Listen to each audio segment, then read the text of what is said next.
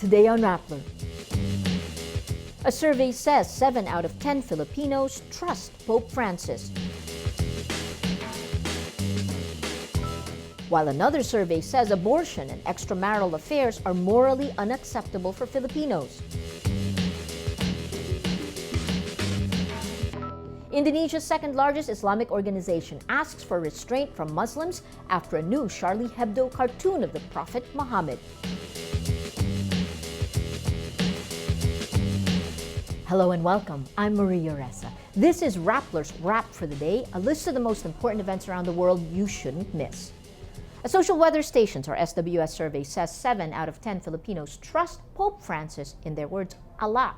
72% of Filipinos put a lot of trust in Pope Francis, while 12% say they have little trust in the Catholic leader. Pope Francis's net trust rating in 2014 rose among people from other religions compared to 2013.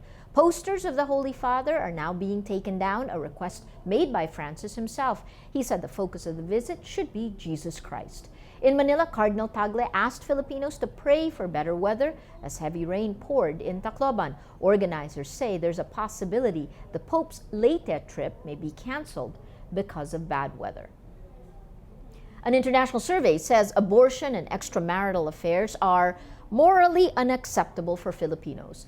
The Pew Research Center's 2013 Global Attitude Survey says 90% of Filipinos found married people having an affair morally unacceptable, while 93% of Filipinos found abortion morally unacceptable, the highest among 40 countries listed. Real estate developer DMCI Homes Incorporated says construction of its condominium overlooking Rizal Park will continue unless a court stops it. DMCI Director for Administration Herbert Consunghi says, quote, "The only thing that would stop us is a Supreme Court order."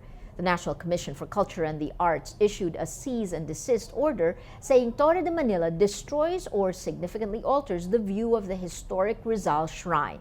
The public calls the development a photo bomber obstructing the skyline surrounding Rizal Park.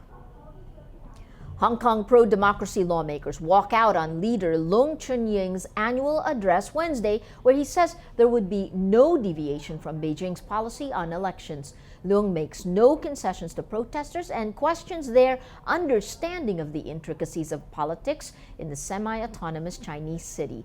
Leung says Hong Kong's power originates from Beijing authorities, saying it's not an absolute autonomy.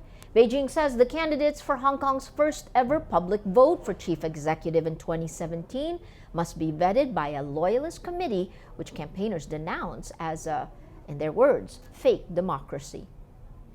Moderate Muslims from Indonesia say they're disappointed by French satirical magazine Charlie Hebdo's decision to put the Prophet Muhammad again on its cover, but calls for restraint from Muslims.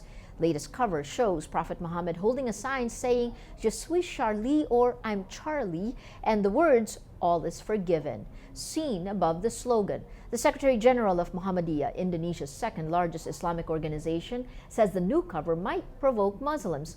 Most Muslims object to any depictions of Muhammad, saying such images defy his teachings.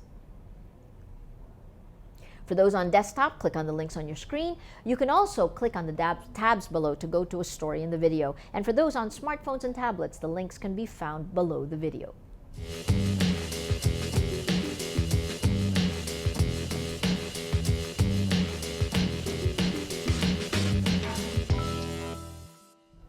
Every story on Rappler has a mood meter, part of our user engagement model. That mood meter gives you 8 emotions to choose from. If we look at today's mood navigator in the middle of the front page, see the story that's gotten the most number of votes in the last 24 hours for the second day in a row.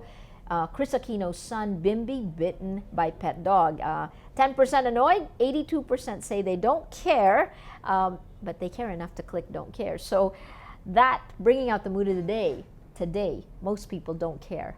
Well, that is the wrap for today, Wednesday, January 14th. Visit Rappler.com for the latest news here and around the world. Check out our other shows, Tech Wrap and Talk Thursday. And if you haven't yet, subscribe to our YouTube channel. I'm Maria Ressa. As we say at Rappler, tomorrow begins today.